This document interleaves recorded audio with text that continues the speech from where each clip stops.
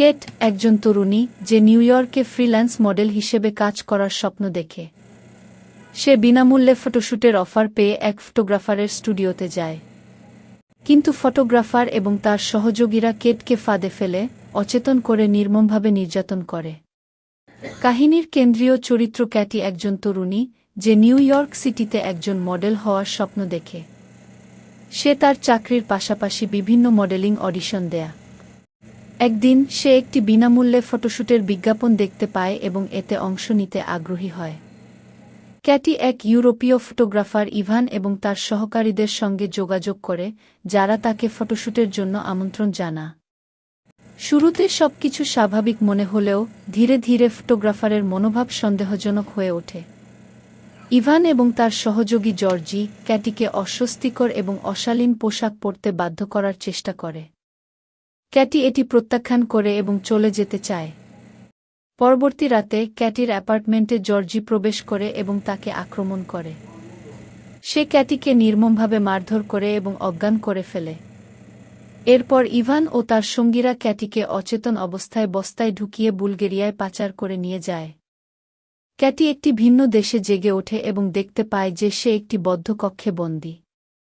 সেখানে Ivan, Zorzi এবং তাদের সঙ্গী নিকোলাই তাকে শারীরিক ও মানসিকভাবে নির্যাতন করতে থাকে। তারা তাকে ভয়াবহভাবে ধর্ষণ ও নির্যাতন করে এবং পুরো ঘটনাটি ভিডিও করে। একদিন ক্যাটি পালানোর চেষ্টা করলে তারা তাকে আরও নির্মমভাবে নির্যাতন করে এবং একটি কবরের গর্তে ফেলে দেয়, ধরে নিয়ে যে সে মৃত। কিন্তু ভাগ্যের জোরে ক্যাটি বেঁচে যায় এবং গর্ত থেকে বেরিয়ে আসে। ক্যাটি ধীরে ধীরে নিজের ক্ষত সারিয়ে ফেলে এবং নিজেকে পুনর্গঠন করে। এক পর্যায়ে সে বুঝতে পারে যে প্রতিশোধ নেওয়াই তার একমাত্র পথ। এরপর সে একে একে তার নির্যাতকদের খুঁজে বের করে এবং ভয়ঙ্করভাবে হত্যা করতে শুরু করে।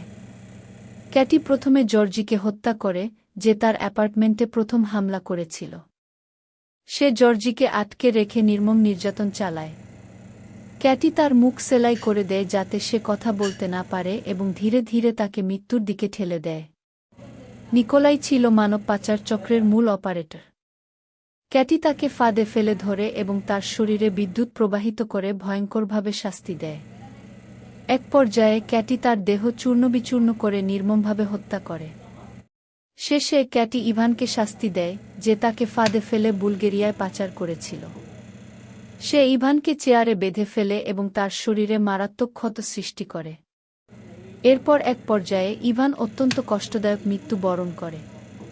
ক্যাটি প্রতিটি ধর্ষককে তাদের কৃতকর্মের জন্য ভয়ঙ্করভাবে হত্যা করে এবং শেষ পর্যন্ত মুক্তি পায়।